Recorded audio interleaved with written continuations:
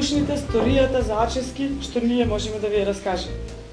Пред нас е средба со неговото твориште, прикажана преку страниците на монографијата Еден музеј на една архитектура.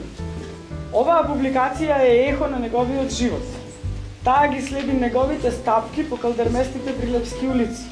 Не подсетува на неговиот боемски ритуал, на неговиот нагон, неуморно да ја документира својата сегашност, за ние да имаме иднина, за ние да имаме минато, а генерациите што доаѓаат да имаат иднина.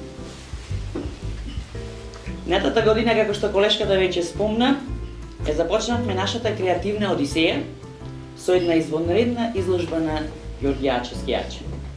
Тоа беше моментот кој ја означи успешната, богата и продуктивна 2025 година, поставувајќи високи стандарди на нашата институција. Денес, во 2026 година, со истата таа енергија и почит, го продолжуваме патот токму таму каде што застанавме. Ако минатата година ни донесе средба со неговите дела, ова година одиме чекор подалек. Му оддаваме трајно признание на човекот кој го наслика духот на Прилеп. Пред нас, како што ја гледате, имате можност и можете да се земите од монографијата, таа ја сублимира целата уметничка димензија на Аче. Таа не е само книга, туку емотивен архив. Велат дека уметноста живее преку своите дела. Гледајќи ги страниците на оваа монографија, Аче е тука со нас, пожив од кога и да било.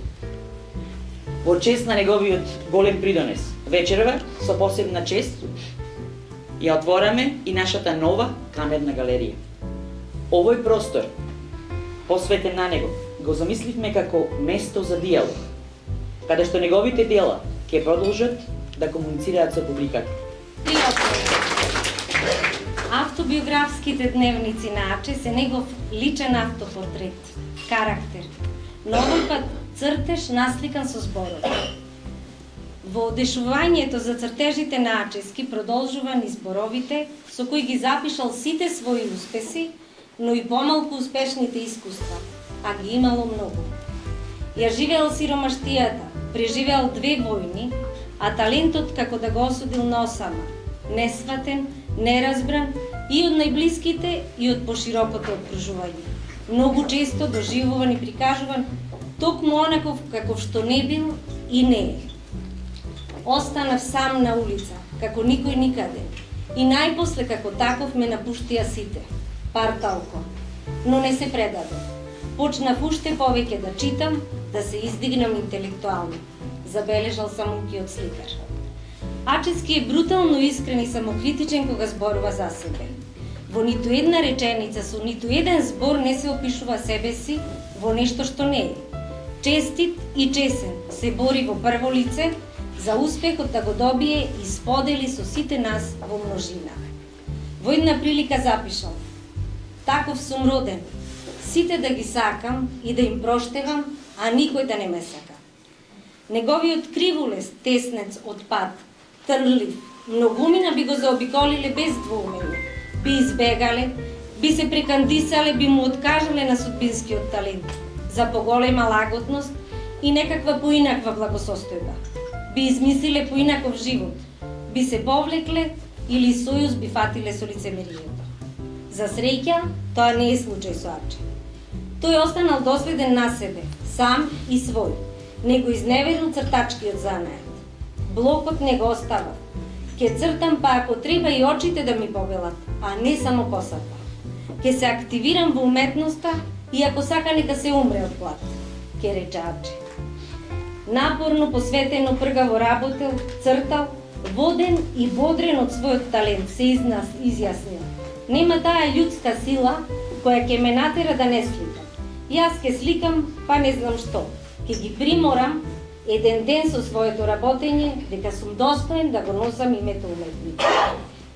И денес, еве непочестени меѓу неговите дела, овие цртежи кои не враќаат во времето, пред асфалтот да биде ставен на улиците, пред тротоарите да ги запоседнат автомобилите, пред назидовите од куќите да висат моторите од клима уредите и прозорите да бидат заменети со пластична дограма.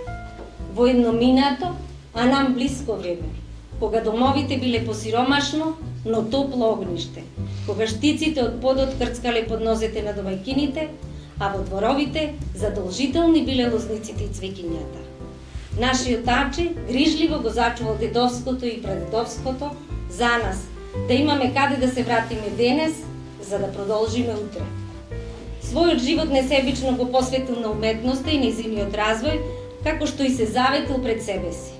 Додека чука моето срце и до последната капка крв во моите жили, колку што можам да го збогатам своето творештво, а тоа подоцна да стане благо за прилеп за еден град, чија генеза е репродуцирана на моите слики. Знавме дека животот на Аче бил исполнет со црнило. Токму таа црна боја, ачевски ја зел и ја ставил во синергија со белината на блок хартија.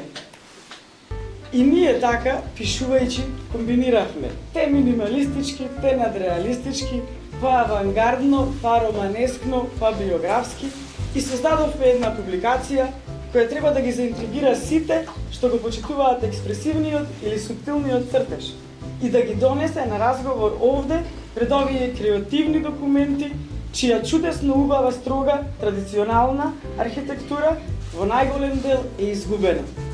Тие најрани дела од Аче, од периодот на 50-тите години, се изгубени. За среќа, трагањето не доведе до едно списание, кое што на Ачевски сигурно му пријадува еден светол ден. Моментот кога тој бил признат од своите колеги, од уредниците на списанието Стремеш.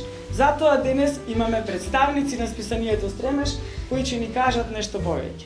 Повели, Елена. Списанието, тој примерот за кој говореше Зареска, се наоѓа експониран пред вас во неговиот оригинален примерок, благодарение на Прилепската градска библиотека Борка Тарески, која ни го отстапи за овој настан.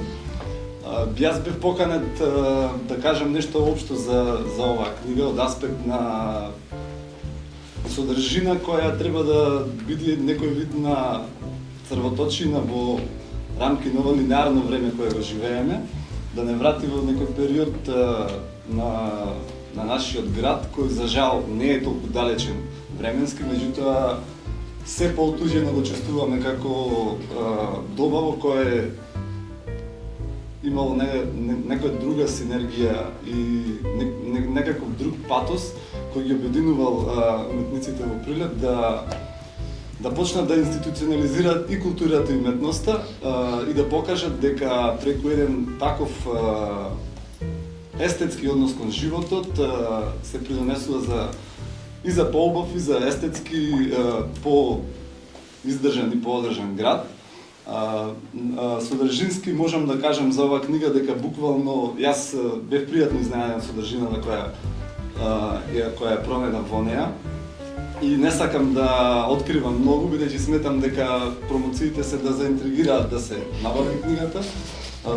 Од музеот, како што гледам, мислам дека за сите тука сигурно има по еден примерок, да се испровоцираат читателите да дојдат до еден примерок и да се обидат да се вратат преку таа содржина во еден период во кој прилепските уметници, меѓу другото и литературните и ликовните, биле во еден по-органски соживот. Мислам дека не треба повеќе да се говори од аспект на стручност како содржина книгата, не е како материјал што е содржан внатре. Мислам дека Бети доволно ве заинтригира со тоа. Јас само сакам да кажам дека за вакви настани секогаш се водам од една премиса на Конфуци, кој вели дека за да се говори за мртвите како да се мртви, значи да се нема почит, и тоа не треба да биде така, а да се говори за мртвите како да се живи, значи да се нема мудрост, и тоа исто така не треба да биде така. Тоа треба да биде некој балансиран пристап кој јас го нарекувам оддавање почит кон ликот и делото на еден уметник, во случајот вечерва тука сме сите собрани за Аче. И мислам дека авторките на книгата, на ова монографска публикација, успеале на еден синтетизиран начин да го издвоја тоа што е многу и биографски, и библиографски, и творечки суштинско зааче и да го приложат во еден навистина интерактивен и интересен формат, кој се надевам дека евентуално за второто издание би го збогатиле со уште некој друг материјал. И навистина срдечно ја препорачувам да се посебно за Прилепченија, меѓутоа не само за Прилепчен, затоа што таму има едно сведоштво за генералното развивање на институционалната култура во Македонија, посебно во периодот меѓу двете светски војни, особено после Втората светска војна.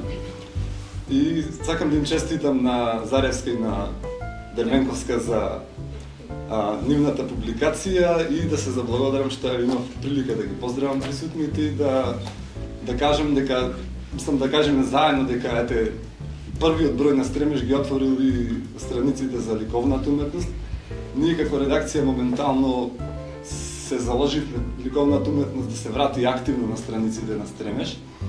И во наредниот број кој треба да излезе во теков на месецов, со пригодниот текст кој го напише Бети како осврт за оваа книга, се потрудивме да обезбедиме реплика во формат кој може да оди во списанието на таа веќе за жал загубена слика Лачевски и со уште една-две негови реплики да го вратиме тој концепт на списанието кој ќе биде одмешан дискурс од ликовна уметност и останати литературни форми.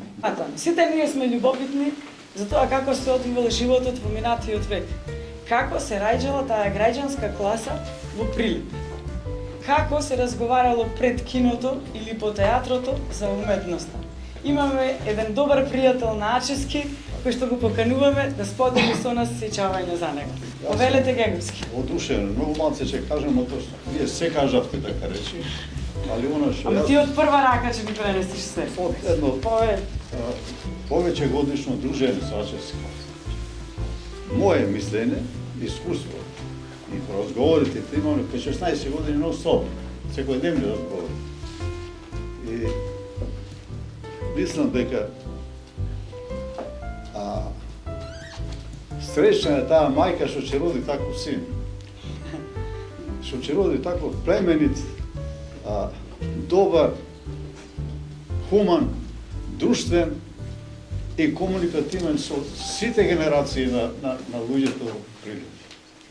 И беше еден вид коматица. Коматица кој што, како и да генерации, понови и се вемне поголем бројот на тоа дружење. И така се до 66-та година ние направиме со него, благодарение со сите нас, тројца бевме тогаш, јас, Костов и Ачевски, и направиме друштво 68 се викаше. Ево каталогот кој прв пат излегол. Ето. Работеме 2-3 години така заеднички. Одиме понапред. Малце е тоа нешто.